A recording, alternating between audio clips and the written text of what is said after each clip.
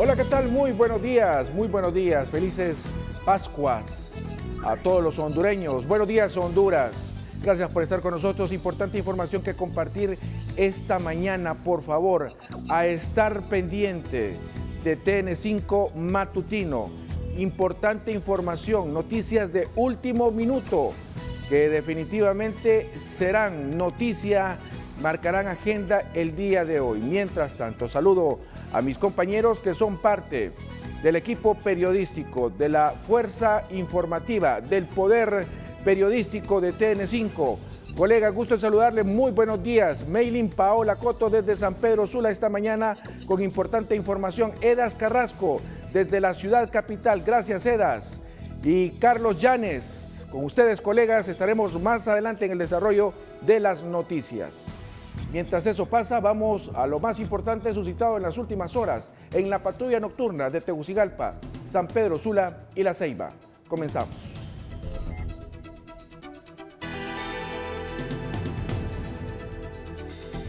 Buenos días. Un niño de apenas 3 años perdió la vida producto de un tiroteo registrado al interior de un autobús cuando un supuesto ladrón asaltaba a los pasajeros que iban a bordo. El hecho se dio en el sector del Centenario de Comayagüela, cuando al momento de cometer su fechoría los pasajeros del mismo miedo se tiraron por las ventanas, mientras la reacción del hombre armado fue disparar contra las personas que iban a bordo y una bala fue impactar sobre la humanidad del menor de nombre William Isaac Durón, quien el próximo mes de febrero cumpliría 4 años.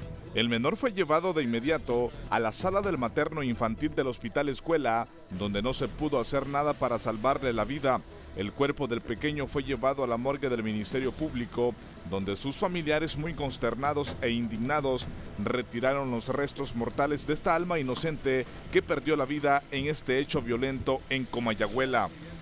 Por otro lado, los agentes de la Policía Nacional y miembros de la Policía Militar del Orden Público se hicieron presente a la escena, esto para dar con el paradero del hechor, porque en un inicio se rumoraba que esta persona habría huido a algunos hoteles ubicados en esta zona. Sin embargo, a las instalaciones de la Policía Militar y a la Unidad Metropolitana número 2 se constató que no hubo ninguna captura en el hecho. De la morgue del Ministerio Público, familiares de Edward Bonilla, de 28 años de edad, retiraron su cuerpo cuando fue traído desde el departamento de Comayagua. Según los parientes del ahora fallecido, la muerte de Edward se registró al filo de la madrugada del 24 de diciembre, cuando la energía eléctrica fue interrumpida gracias a que una motocicleta chocara con un poste de tendido eléctrico, y esto facilitó a que los hechores de este crimen ingresaran a la casa de la víctima y dispararle en reiteradas ocasiones hasta perder la vida casi de manera inmediata. Agentes de la Policía Nacional están tras la pista de los sicarios que dieron muerte a este ciudadano que residía en la colonia Cabaña del departamento antes mencionado. Un conato de incendio se registró esta noche en el sector del barrio Lempira de Comayagüela, donde supuestamente un televisor se recalentó y esto produjo un cortocircuito que casi provoca una tragedia dentro de esta vivienda, según informaron algunos vecinos. Al lugar llegaron elementos del benemérito Cuerpo de Bomberos, donde pudieron sofocar algunas llamas que produjeron este hecho, y por fortuna no hubo ninguna víctima que lamentar más que los daños materiales de la vivienda ubicada en esta zona. Y como de costumbre, la sala de emergencia del principal centro asistencial del país fue testigo nuevamente de recibir y atender varias personas heridas por accidente vehicular. Tal es el caso de este ciudadano que fue traído desde el municipio de San Lorenzo Valle cuando se produjera un accidente vehicular en una aldea de este lugar. Este ciudadano permanece en cuidados intensivos del Hospital Escuela, donde su estado de salud es reservado. Esta persona, que aún se desconoce su nombre, ingresó gravemente herida a la sala de emergencia del Hospital Escuela tras producirse un tiroteo nuevamente en la colonia Vendec de Comayagüela. A los pocos minutos de haber ingresado, este joven fue reportado por las autoridades de turno como fallecido y posteriormente fue trasladado su cuerpo al Centro Legal de Medicina Forense. Este tiroteo se registró a la altura de una de las calles más peligrosas de este lugar y la policía responsabiliza a miembros de maras y pandillas de este hecho que dejó como resultado una persona muerta. El cuerpo de este hondureño permanece aún en la morgue del Ministerio Público a la espera de que sus familiares lo retiren. Más información hasta la zona norte con Cristian Baide. Muchas gracias, Tony. Buen día, Honduras. Continuamos con la patrulla nocturna de este 26 de diciembre con la información generada durante las recién pasadas horas en el Valle de Sula, como el homicidio cometido por desconocidos en el parque de Choloma Cortés al filo de la medianoche de ayer. De acuerdo con la información brindada preliminarmente por agentes de la Policía Nacional que resguardaron la escena del crimen, un indigente de unos 25 años de edad fue atacado con un bloque con el que le quitaron la vida en una de las aceras del parque mientras andaba en estado de ebriedad. Sin embargo, el cuerpo, que tenía un tatuaje artístico, ocultaba un número alusivo a una banda delictiva, por lo que no se descarta que haya sido asesinado por miembros de una estructura criminal contraria. El hoy occiso no tenía documentos personales entre sus pertenencias, por lo que fue ingresado a la morgue del Ministerio Público sanpedrano en condición de desconocido. Otro joven fue declarado muerto en una de las salas de observación del Hospital Mario Rivas de San Pedro Sula. Olvin Ovidio Rodríguez, de 23 años, sufrió un accidente el pasado domingo en horas de la tarde a bordo de una motocicleta en el municipio de Tambla, en Lempira. Luego del percance, Rodríguez fue llevado al Hospital de San Marcos de Ocotepeque y posteriormente referido al Centro Asistencial sanpedrano, donde finalmente pereció. En el mismo hospital fue reconocido el cuerpo sin vida de quien obedecía al nombre de Edgar Alexis Mejía Rodríguez, también de 23 años, quien fue ingresado ayer en horas de la noche a la sala de emergencia luego de ser víctima de un accidente de tránsito según el expediente clínico, pero por un trauma encefalocraneal cerrado, minutos después falleció. Otro encontronazo en la salida vieja hacia la Lima de San Pedro Sula dejó como resultado 3 personas lesionadas que viajaban en la paila de un pick-up que impactó contra una camioneta que no habría hecho el alto correspondiente en la 14 Avenida. Una ambulancia de la Unidad Médica de Emergencias del Sistema 911 atendió a los pacientes, llevando rápidamente a una señora de unos 55 años por tratarse de un politraumatismo.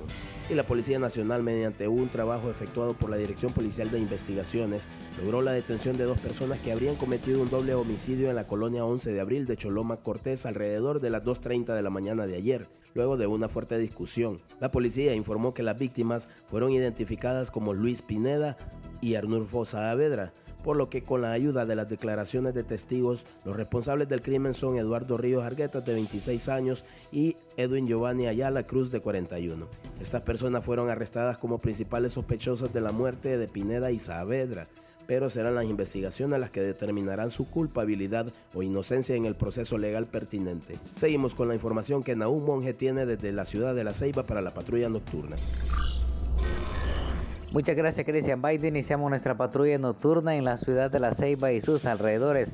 Las autoridades policiales en las últimas horas informaron que se han realizado diferentes operativos y los resultados han sido positivos en los diferentes sectores de la zona atlántica del país y principalmente en esta ciudad de La Ceiba, ya que durante estas actividades navideñas no se presentaron hechos violentos en los distintos puntos de esta localidad.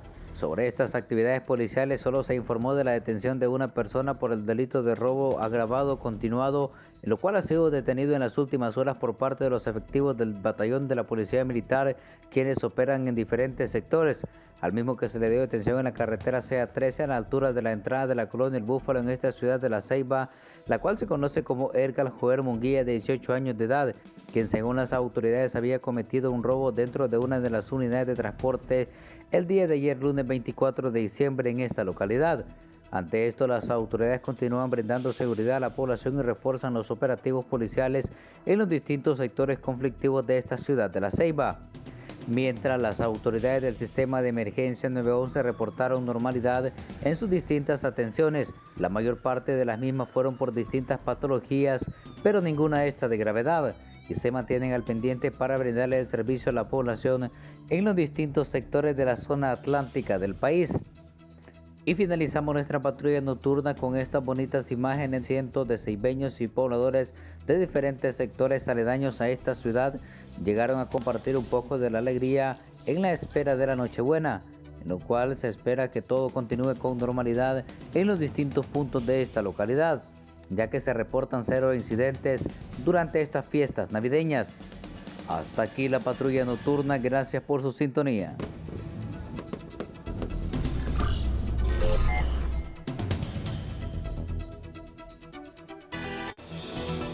Y sujetos disfrazados de payasos aprovecharon la celebración de Navidad a las 12 de la noche del 25 de diciembre para saquear un cajero automático en la primera calle del Boulevard del Este de la colonia San Fernando en San Pedro Sula. El suceso ocurrió a las 12:11 de la madrugada del martes, contó el encargado de la seguridad de la entidad bancaria, Lisandro Discua, que agregó que los malvivientes llegaron a bordo de un vehículo tipo camioneta marca Kia color negro y sin placas.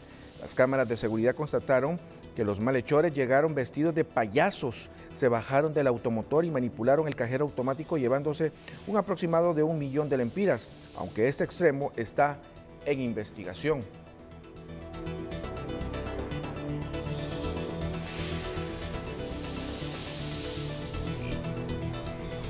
Y un incendio registrado al mediodía del 25 de diciembre en la colonia La Era, en la capital, consumió en su totalidad 4 viviendas. De acuerdo a declaraciones de los vecinos, las viviendas pertenecían a la familia Zapata. Dicha familia intentó desesperadamente rescatar algunas pertenencias, aunque la mayor parte de las cosas fueron consumidas por el incendio, provocando el dolor de los propietarios. Las labores de vecinos ayudaron a los efectivos del Cuerpo de Bomberos a controlar y apagar el incendio. De lo contrario, hubiera sido de mayores proporciones. Niños que estaban en el interior de las viviendas afectadas fueron sacados a tiempo por moradores de la zona.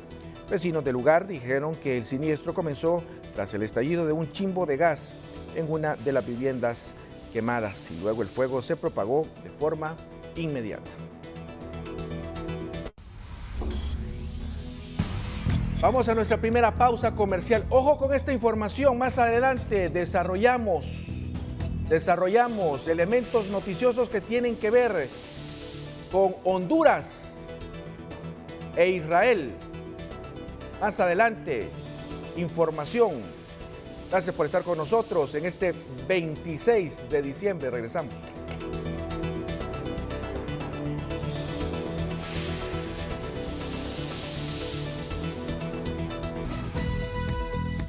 Hola, ¿qué tal? Muy buenos días. Gracias por estar con nosotros en este 26 de diciembre del 2018. Tenemos importante información que compartir con ustedes. De inmediato vamos con nuestros titulares.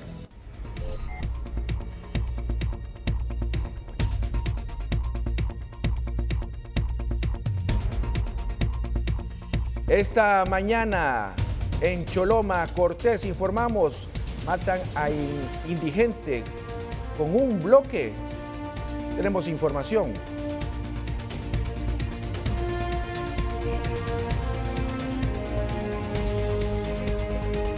Menor de 2 años muere en tiroteo de autobús en Comayagüela después que un sujeto se subió al vehículo.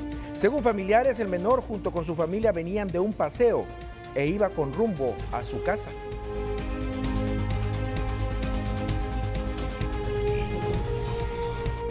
Resaltamos, más de 15 personas se reportan fallecidas como producto de las celebraciones de la Nochebuena y la Navidad en el territorio nacional.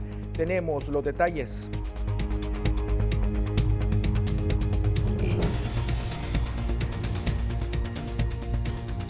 Además, migrante hondureño que viaja en la caravana con destino a México asegura en las redes sociales que Tijuana será Honduras. La llamarán Honduritas. Asegura y en lugar se hará prevalecer la bandera catracha.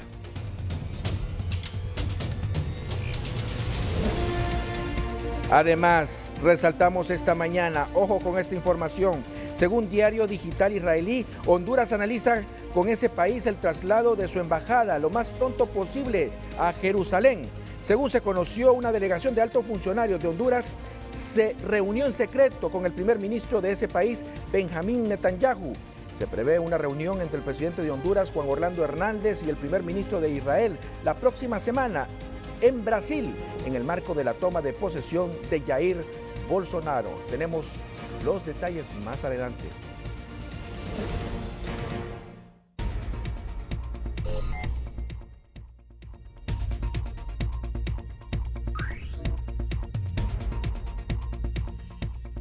A esta hora hacemos comunicación precisamente con el periodista Roger Rubio para que nos dé más detalles relacionados con lo que ha pasado en esta temporada de Navidad, en estas fechas importantes de Nochebuena y desde luego de la Navidad. Roger, contigo, gusto en saludarte. Los quemados, ¿cuántos se reportan hasta el momento? Buenos días. Las noticias nacionales son presentadas por Credidiunsa. Más fácil, más rápido. Son 17 niños los que han resultado quemados y 7 adultos, Juan Carlos. En las últimas horas vino un niño con procedencia de Comayagua, estamos hablando cerca de las 10 de la noche, y también se encuentra una niña bastante grave, ella que se quemó porque le cayó agua de una olla donde estaban cocinando sus padres, y ella en los próximos minutos va a cirugía. Se encuentra conmigo el doctor Omar Mejía, el director de Fundaniquén, que nos va a ampliar los detalles de estas incidencias. Algo rescatable es que en la capital esta vez no hubo niños quemados. Buenos días. Sí, buenos días, Juan Carlos, en estudio de todo el país. Realmente estamos satisfechos, agradeciendo a ustedes los medios de comunicación, porque no se reportó ningún niño quemado en Tegucigalpa.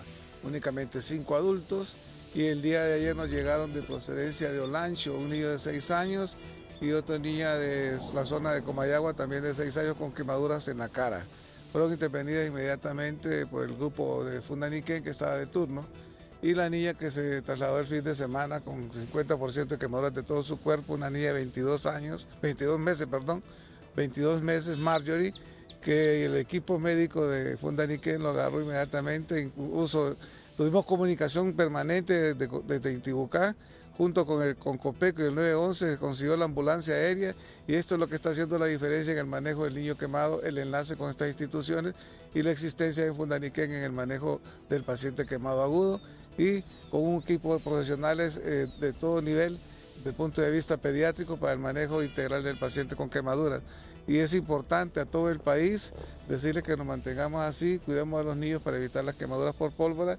Y también estamos levantando un expediente, Juan Carlos, importante de los niños que sufren quemaduras por pólvora, que son diferentes lugares de la ciudad capital, incluso los de la capital, para mandar la factura que nosotros estamos gastando en Fundaniquén por el manejo de cada niño quemado, y que se haga responsable las alcaldías de ayudar a la fundación, que a puro esfuerzo estamos haciendo este enorme trabajo.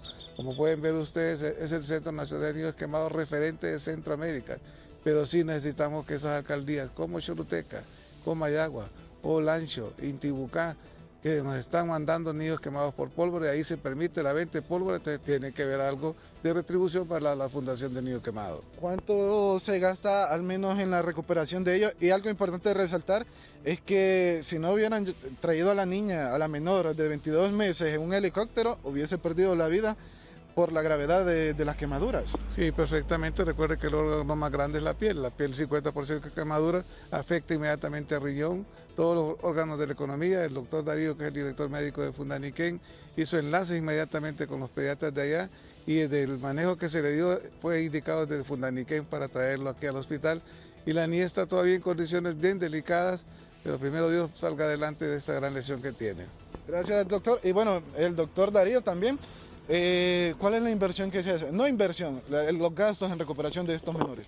Mire, cada niño quemado es diferente uno del otro. Puede ir desde 8.500 lempiras el día hasta 50.000 lempiras en un día por un paciente, dependiendo de la gravedad que tenga. En este caso, pues hablando de Marjorie, es una niña que ya alcanza el 50% de su piel.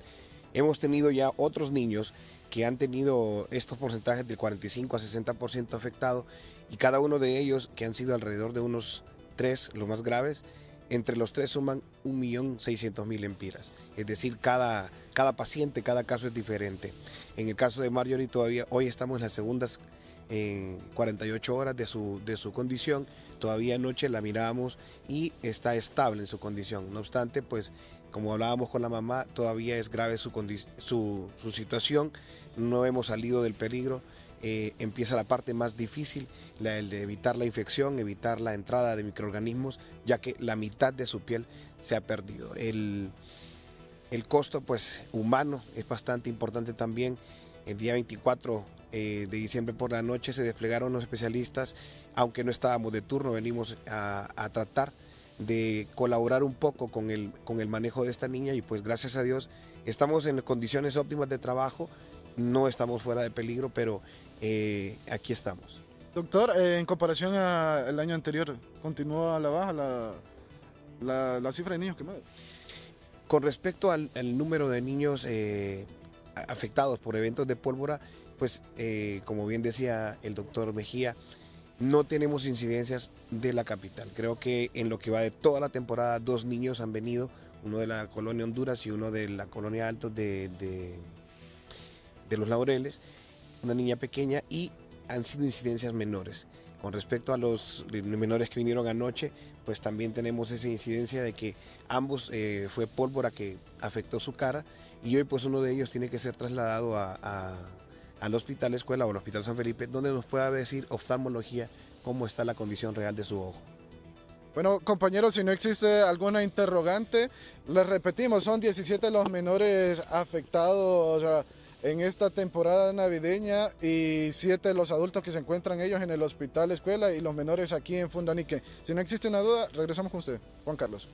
Roger, no sé si me escuchas, pero me gustaría saber, hablaban de un porcentaje considerable que había perdido la piel esta niña que fue traída precisamente el 24 de diciembre aquí a Tegucigalpa. Por cierto, se auxilió de un helicóptero de la Fuerza Aérea para traerla y entendemos que el peligro, tal como lo dicen los médicos, todavía no ha salido precisamente de esa condición, que las próximas horas serán críticas. Queremos saber cuánto ha perdido de su piel, de todo su cuerpo, esta chiquita de 22 meses aproximadamente. Le preguntamos ahora mismo al doctor Darío, ¿cuál es la condición? ¿Cuánto fue afectada en su piel la menor Marjorie de apenas 22 meses? Es un 48%. Cuando hablamos de porcentajes en quemaduras es bastante importante, y bien apuntaba el doctor Mejía de que se afecta al riñón y se afectan diferentes partes del organismo. Nos preocupa en este momento su condición desde el punto de vista infeccioso, pues hay una disminución importante en los glóbulos blancos. 50% de piel perdida es una entrada enorme de microorganismos que pueden llegar a afectar toda la economía de un cuerpo. Entonces, esto es bien importante porque la probabilidad de muerte aumenta a medida que hay mayor cantidad de piel afectada. Logramos ver en las imágenes que en la parte del pecho es la mayor parte de quemaduras. ¿Parte de la cara también? No, hay parte del tórax anterior, tórax posterior, ambos brazos en su totalidad, el muslo del lado izquierdo está afectado totalmente y también ambos glúteos, o sea que es extensa la quemadura. Pero hay bastante esperanza, doctor. Sí, estamos estamos todavía en una zona de peligro. Son 72 horas las que son cruciales en el manejo del gran quemado. En este caso, pues hoy vamos al tercer día, a empezar el tercer día, vamos a ver qué pasa. Hay muchas dudas también, preguntaban muchos que cómo fue que sucedió, los padres qué han dicho. Dice que ayer precisamente nos decían de que yo hablé con la mamá en 2 ocasiones. La niña le cayó encima el contenido de una olla con agua caliente. Y eso fue en la cocina. Ella estaba sola con la mamá y ella se desplazó hacia la cocina y ahí fue donde fue el accidente. Bueno, Juan Carlos, esta ha sido la duda que ha despejado el doctor Darío Sonego. Muchas gracias al periodista Roger Rubio dándonos esta información, detalles de estos casos de menores y de adultos también, que producto de diferentes circunstancias pues se han visto afectados por quemaduras. Vamos a San Pedro Sula. A esta hora, ¿cómo se reportan estos casos? Beilín Paola Coto, buenos días.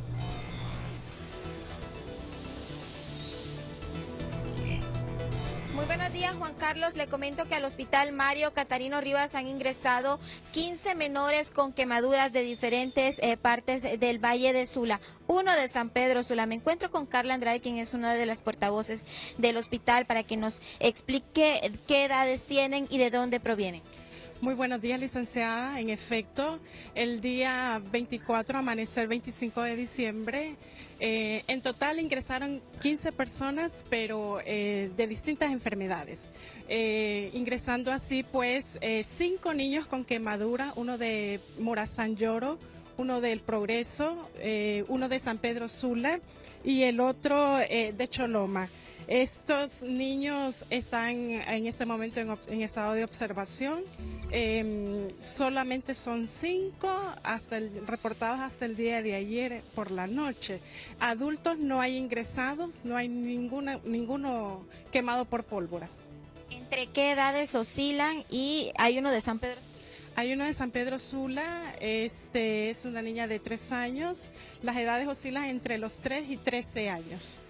También hay adultos que se reportaron desde el inicio del mes de diciembre con quemaduras de pólvora. Sí, hubo uno, pero de Baracoa Cortés, pero eso fue en el mes de noviembre. Ahorita en este momento no tenemos reportado ningún adulto. El de diciembre nos hablan de que fue de Villanueva Cortés ingresado. Sí, pero esta persona fue ingresada, pero con quemadura leve. Fue dado de alta inmediatamente. ¿Cuál es el estado de salud de estos menores con quemadura? Alison Brigitte Romero, ella se encuentra un poquito muy grave. Su ojo, ¿verdad? Está bien afectado. En este momento pues está en estado de observación. Y en su brazo izquierdo. Y todos ellos en estado de observación. ¿De dónde son ellos? Uno es de Choloma, uno es de Colonia El Paraíso, San Pedro Sula, el otro de Progreso y el otro de Morazán Lloro, Aldea Majanadita. ¿No han perdido nada en sus panitas? Hasta ese momento no, están en revisión, pues en observación, el protocolo, ¿verdad?, que les ofrece el Hospital Mario Catarino. Brevemente, ¿cuántos ingresos en total? Brevemente, entre el 25 hasta el día de ayer hubieron 15 ingresos por enfermedades diferentes, ¿verdad? Y comparado al 2017, pues hubieron 35 ingresos en general. Muchísimas gracias, es lo que le puedo informar. Vuelvo con usted al estudio. Las noticias nacionales fueron presentadas por Credidiunsa. Más fácil, más rápido. Y al menos 15 personas murieron desde la víspera de la Navidad en Honduras, mientras que medio centenar resultaron lesionadas, informaron las autoridades, quienes indicaron que los decesos incluyen homicidios y accidentes de tráfico. Desde el lunes anterior hasta la 1 de la tarde de ayer se registraron 13 homicidios en el país, según un informe de la policía. La mayor parte de las muertes fueron por heridas de arma de fuego, aunque también hay por arma blanca y accidentes. Según el informe policial, el hondureño Pedro Martín Zúñiga, de 24 años, falleció en un accidente de tráfico ocurrido en la Navidad por causas aún no establecidas en una carretera de San Pedro Sula. A esas víctimas se sumó la joven Jensi Portillo, de 16 años, impactada por una bala perdida en el departamento de Comayagua, según las mismas autoridades.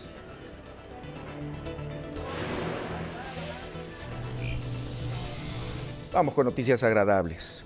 Las autoridades del Hospital San Felipe de Tegucigalpa informaron que 2 varones se convirtieron en los primeros en nacer en la Navidad.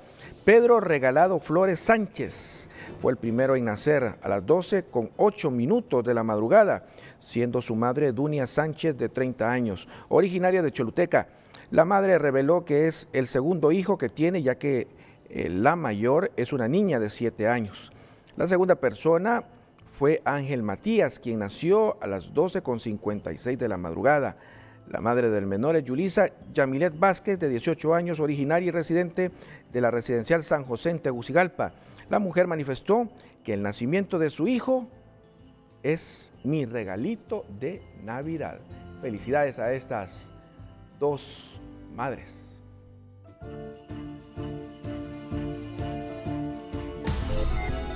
El precio del euro y el dólar es presentado por Banco Ficenza. Te conoce, te entiende.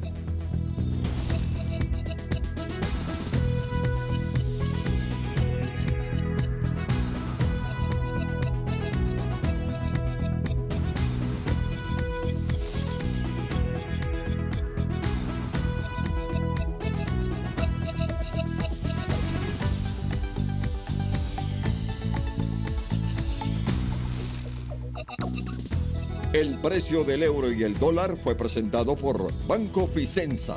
Te conoce, te entiende.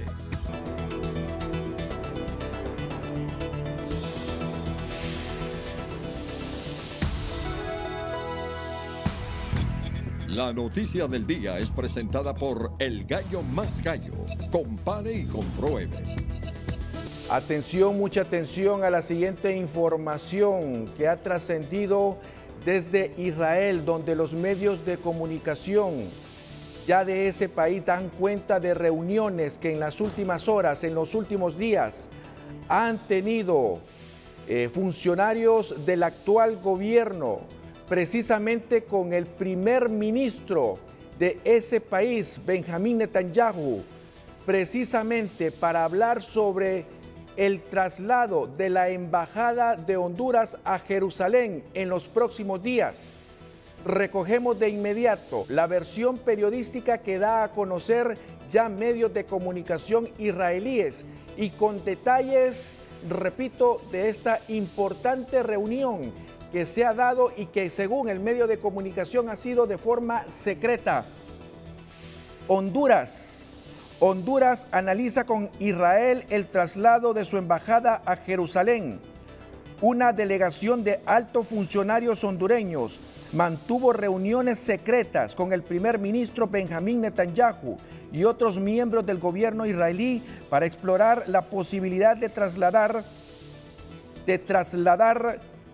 la embajada de Honduras a Jerusalén.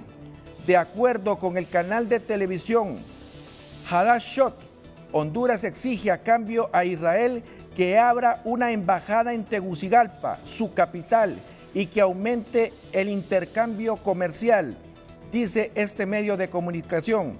Según el informe, las conversaciones están en una etapa avanzada y se ha asignado un edificio en Jerusalén para la embajada hondureña. Ojo con esto. Según el informe, repito, las conversaciones están en una etapa avanzada y se ha asignado un edificio en Jerusalén para la embajada hondureña. La delegación del país centroamericano, integrada por un asesor del presidente, 2 exministros de Exteriores y el vicecanciller, se reunió el domingo con la viceministra de Exteriores, Tzipi Hotovely, y con el director general de la Cancillería, Yuval Roten. Los hondureños reclaman además asistencia israelí en áreas de interés tales como seguridad cibernética, lucha contra el crimen, gestión del agua y agricultura, precisó el canal Hadashot. Una fuente de la Cancillería señaló que Honduras busca también el apoyo israelí para mejorar los lazos con la administración en Washington. Repito también este párrafo. Una fuente de la Cancillería señaló que Honduras busca también el apoyo israelí para mejorar los lazos con la administración en Washington. El portavoz del Ministerio de Exteriores, Emmanuel Nahshon, confirmó la visita de la delegación, pero indicó que el proceso de conversaciones continúa y aún debe madurar. Netanyahu, que también ostenta el cargo de ministro de Exteriores, viajará el jueves a Brasil para participar en la toma de posesión del presidente electo Jair Bolsonaro la semana próxima. El canal puntualizó que se están haciendo esfuerzos para fijar una reunión entre el primer ministro y el presidente de Honduras, Juan Orlando Hernández, quien también asistirá a la ceremonia para sellar el traslado de la embajada a Jerusalén. Es decir, que el próximo 1 de enero, según esta versión, se estaría sellando ya el traslado definitivo de la embajada de Honduras actualmente en Tel Aviv a Jerusalén, con lo que prácticamente Honduras estaría reconociendo a Jerusalén como la capital de Israel, así como ustedes lo escuchan, así. Esta ciudad estaría albergando en las próximas horas la embajada, o los próximos días, la embajada de Honduras. Ya, como ustedes lo han escuchado y lo han visto, se tiene ya inclusive un edificio para que albergue la representación diplomática hondureña. Tenemos reacciones esta mañana, desde luego, por esta importante información que seguro será tema esta mañana. En primer lugar, comunicación con el pastor Alberto Solórzano. Pastor, desde el punto de vista religioso y de interés, y de interés nacional, ¿qué opinan ustedes sobre esta decisión que estaría tomando en las próximas horas la administración del presidente Juan Orlando Hernández? Buenos días. Buenos días, Juan Carlos. Un gusto saludarle. Quiero decirle de entrada que celebramos definitivamente y damos la bienvenida a esta decisión, que es una decisión que en nuestro criterio se ha postergado mucho. Al contrario de haberse postergado, debió haberse tomado una decisión desde hace tiempo atrás. Pero bien, estamos confiando que finalmente se concrete. Usted ha mencionado, esto tiene una relevancia, por un lado políticamente hablando, pero por otro lado también espiritualmente. Esto tiene una relevancia sumamente importante y para nosotros los cristianos evangélicos esto resulta altamente significativo por el enfoque que tiene esto en relación a aspectos escatológicos de la segunda venida del Señor y el cumplimiento de profecías bíblicas que tienen que ver precisamente con este tema. Mire, yo hace un año, en febrero prácticamente, estuve ahí en Israel y comprendí el conflicto interno que hay precisamente en Jerusalén. Es un sinnúmero de religiones y yo me explicaba, es posible que se reconozca en un estado sumamente conflictivo, en un territorio que se conozca o que se dé muchos conflictos o que se da muchos conflictos, se reconozca que es su capital. ¿Esto no puede traer problemas más bien para Honduras? Bueno, mire, va a haber algún tipo de reacción, pero como le digo, esto espiritualmente tiene no solo una simbología, sino que tiene un legado de bendición. La Biblia misma afirma que aquellos que bendigan y que oren por la paz de Jerusalén y que al mismo tiempo reconozcan lo que Dios ha significado para ese pueblo, serán naciones bendecidas. Sí. Dios mismo dice, yo voy a bendecir a los que te bendigan y voy a maldecir a los que te maldigan. De tal manera que el pueblo cristiano en su enfoque bíblico reconoce a Jerusalén cumpliendo un papel sumamente importante. Jerusalén ha sido la capital de Israel desde 1000 años antes de que Cristo apareciera. Ya David había definido a Jerusalén como la capital de Israel, y así se mantuvo. Israel fue invadida, sin embargo nunca Jerusalén ha sido capital de ninguna otra potencia.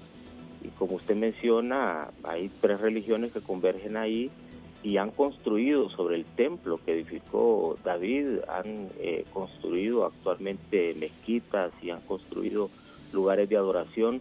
Sin embargo, el pueblo de Israel reclama lo que le corresponde por herencia. Sí. Es un lugar estratégico y para Israel significa construir ahí su templo, y eso va a significar el cumplimiento para la segunda venida del Señor. Ya para finalizar, desde el punto de vista político, porque usted de una u otra forma está vinculado a la toma de decisiones de país, el problema que se podría generar con la comunidad palestina aquí en Honduras, ¿cuál es su opinión, pastor? Bueno, como le digo, siempre van a haber reacciones, pero nos parece a nosotros que es sumamente importante. Israel es un aliado estratégico para Honduras en temas de seguridad, en temas de intercambio cultural, en aspectos de carácter técnico. Lo es y lo ha sido y lo será a futuro. Y como le reitero, quien esté con Israel a futuro no solo gozará del beneficio de un país bendecido por Dios y que esté en la agenda de Dios, sino gozará también del acompañamiento divino, que es sumamente importante de cara a los años que están por venir. Pastor, muchas gracias. Gracias por compartir sus reflexiones esta mañana con relación a esta noticia, que no cabe duda, es una noticia muy importante y que según este medio de comunicación se estaría dando próximamente aquí en el país. Muy amable. A usted, Juan Carlos, muchas bendiciones. Vamos con reacciones también, con el padre Juan Ángel López, cura párroco de la Iglesia Católica aquí en nuestro país, con importantes reflexiones desde el punto de vista religioso. Es conveniente, si bien es cierto, Honduras ya había dado a conocer que haría este proceso o esta acción, ya llevarlo a la práctica es conveniente para el país desde todo punto de vista. Padre, gusto en saludarle, buenos días. Gracias por estar con nosotros. Buenos días, Juan Carlos, y buenos días a todos los que nos escuchan a través de Telenoticias. Bueno, son varios elementos, Juan Carlos, o sea, eso no se puede ver solo desde una arista, sino varias aristas. Primero, hay que recordar que Honduras votó en contra de una resolución de las Naciones Unidas en diciembre del 2017, junto con Guatemala. Las razones hay que verlas claramente, está en los medios, se dice, ese mismo documento que usted acaba de leer, está claro, esa nota que ha salido de ese canal en Israel, lo señala. ¿Cuáles son las posibles razones para que geopolíticamente Honduras se meta dentro de este problema, se meta dentro de esta situación? Contraria a la resolución que tiene más de 70 años que tomó las Naciones Unidas frente a un status quo propio de la ciudad de Jerusalén, a razón precisamente de que convergen ahí tres religiones. Una cosa es el Estado de Israel, Juan Carlos, que pues, no tiene ni siquiera un siglo de existencia, y otra cosa es la nación, que sería en este caso el pueblo israelí.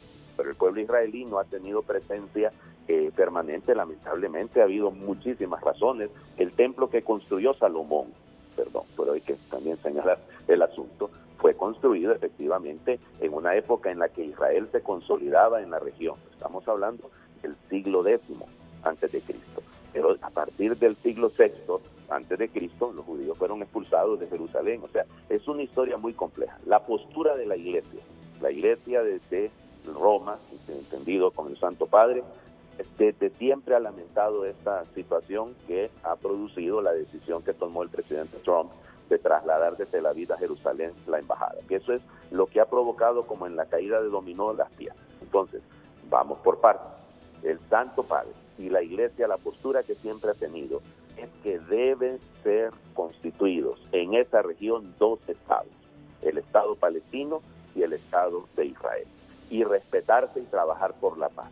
Porque el polvorín que generó en diciembre del 2017 la resolución de las Naciones Unidas, que no fue respetada por Estados Unidos. O sea, el derecho internacional desde hace tiempo está siendo vapuleado por esas actitudes, digamos, unas decisiones llevadas adelante más que por el sentido humano, por el sentido más político. Y ahí es donde entra el problema. No solamente es un tema espiritual, es un tema de política, y hablemos de la caridad, hablemos del amor, hablemos del respeto a la persona.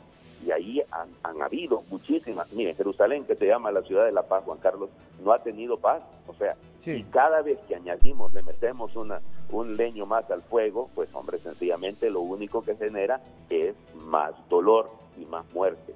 Lo que deberíamos de trabajar todos. Yo entiendo la decisión soberana de Honduras, que es un Estado, y el que dirige la política exterior es el presidente de la República. Perfecto. Hay que recordar que Israel históricamente ha apoyado cosas en Honduras que no todo el mundo las ha visto bien, pero también es una decisión soberana. Pues solamente Israel y Taiwán fueron los que apoyaron, por ejemplo, el gobierno interino de Micheletti después del golpe de Estado. Entonces, es decir, cada Estado es soberano, Juan Carlos. Ahora, la posición nuestra, la Iglesia Católica, insisto, entendida como la Secretaría de Estado Vaticana, siempre ha dicho lo siguiente: deben haber dos estados en esa región, el Estado palestino y el Estado de Israel.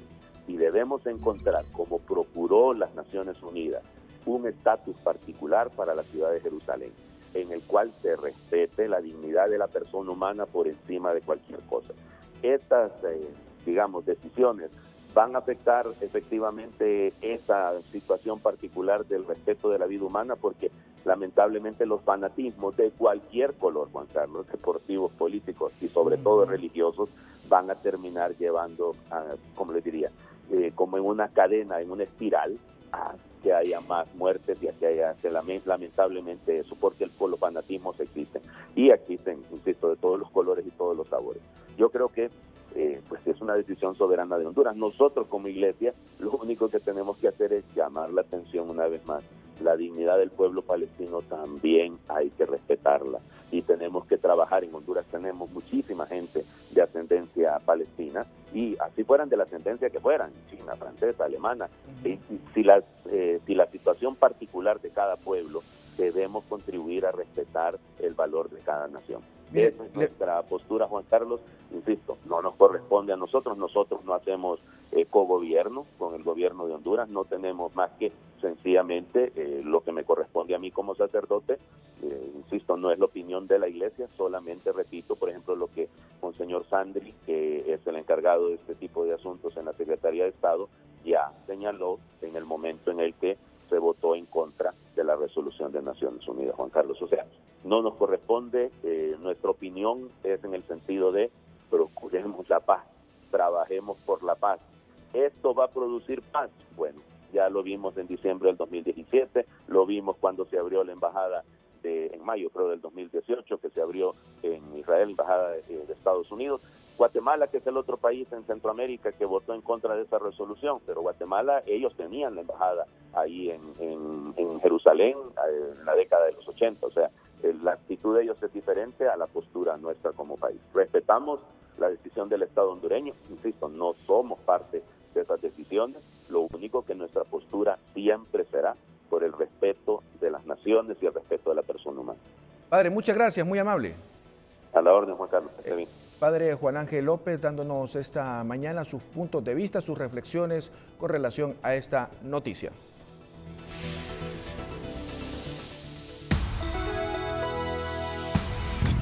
La noticia del día fue presentada por El Gallo Más Gallo. Compare y compruebe. Hay reacciones también en el principal puerto aéreo del país con Melvin Fernando Paguada sobre este mismo tema. Melvin, contigo. Gusto en saludarte. Buenos días. Buenos días, Juan Carlos. Pues en efecto hemos escuchado a dos hombres, predicadores de la palabra de Dios. Ahora vamos a escuchar a la oposición política en este país, a un representante del partido de izquierda, Juan Barahona, del Partido Libertad y Refundación. Siguiendo los pasos de Estados Unidos, ha decidido Honduras a partir del 1 de enero trasladar la embajada hondureña de Tel Aviv a Jerusalén. ¿Cuál es la posición de ustedes? ¿Qué opinan? Gracias, Melvin. Gracias, Juan Carlos. Este traslado de esta embajada es peligroso, no es recomendable. Jerusalén es un territorio en disputa por Israel y los palestinos. También se debe respetar el derecho que tienen los palestinos a su territorio. Y este traslado no se está haciendo por solicitudes de Israel ni de Palestina, se está haciendo por imposiciones del gobierno de los Estados Unidos. Y ahí los que pueden pagar consecuencias son los hondureños que estén representando a nuestro país en esta embajada. Ahí es territorio en disputa, territorio de nadie. Y ahí hay un problema. Israel no ha tenido ocupación de este territorio y ahora lo que quieren es tener ocupación de este territorio en una forma impuesta. El gobierno de Honduras tiene que meditar, reflexionar bien las consecuencias que pueden haber para esta embajada, para estos hondureños representantes en Israel por este traslado de Tel Aviv a Jerusalén. ¿Qué pasa si Honduras no lo hace? No pasa nada. La embajada puede seguir ahí donde está, en Tel Aviv, no pasa nada. Lo que pasa es que se miraría como un niño desobediente a los intereses de Estados Unidos, pero no pasa nada. La embajada ahí ha estado y ahí debe seguir estando. Pero estos mandatos, esta receta de Estados Unidos, las consecuencias las van a pagar los hondureños. No, repito, no es recomendable este traslado. Además, por el respeto a la autodeterminación de los pueblos, respeto al territorio palestino, ¿por qué Honduras tiene que parcializarse a favor de Estados Unidos en contra de Palestina? Son territorios que están en disputa y dejemos que ellos lo resuelvan. Juan Barahona, diputado de Libertad y Refundación Libre, esta mañana habló así aquí en Canal 5 del aeropuerto. Regreso al estudio. Gracias, Melvin. En otro asunto, pero desde luego que tiene que ver con la política exterior de Honduras. Una cónsul, en este caso honoraria de nuestro país en Bolivia, Iris Grisel Berlíos, fue detenida por la policía en la ciudad boliviana de Santa Cruz a raíz de una denuncia por estafa agravada en su contra, informaron medios locales. Cónsul de Honduras y exsecretaria de Cultura y Turismo del municipio está aprehendida en la FELCC, acusada de estafar más de $700.000.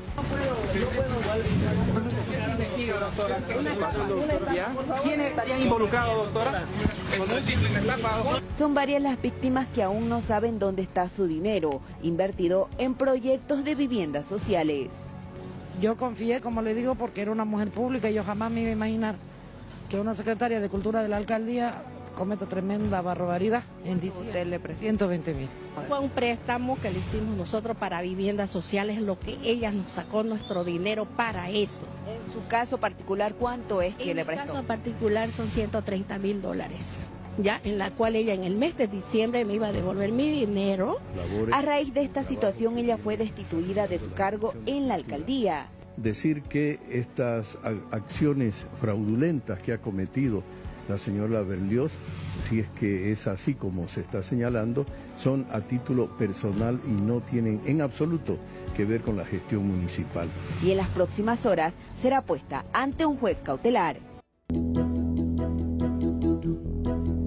Hola, ¿qué tal? Feliz mañana de miércoles para todos. Después de disfrutar de una noche buena y una Navidad exquisita, pues vamos a conocer las condiciones del tiempo que imperan en esta semana. Hay un anticiclón que se encuentra al noreste de Estados Unidos. Desde allí estará dominando todo el área centroamericana y dando características a las condiciones meteorológicas. De hecho, hemos tenido algunos ingresos de humedad en los días anteriores y en algunas regiones del país se van a mantener. Vamos a los siguientes mapas y rápidamente les mostramos justamente de lo que estamos hablando. Algunos acumulados de humedad, principalmente en el departamento de, gracias a Dios, Olancho, parte del departamento de Colón.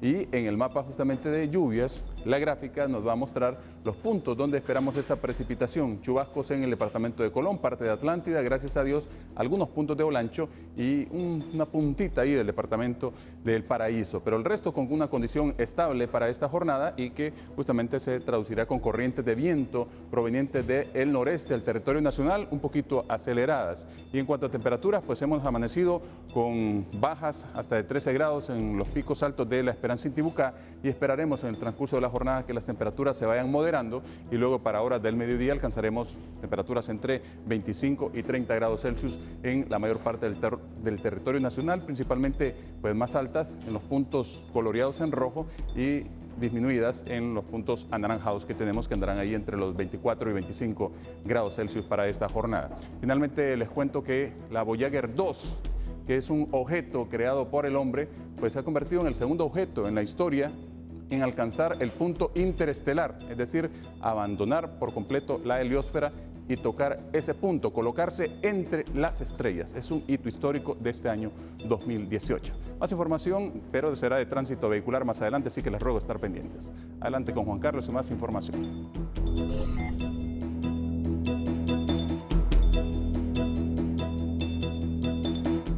Y en noticias económicas, a criterio del Colegio de Economistas de Honduras, se cumplirá la meta del gasto en la Administración Central del 2019. La sección económica es presentada por Maxi Despensa.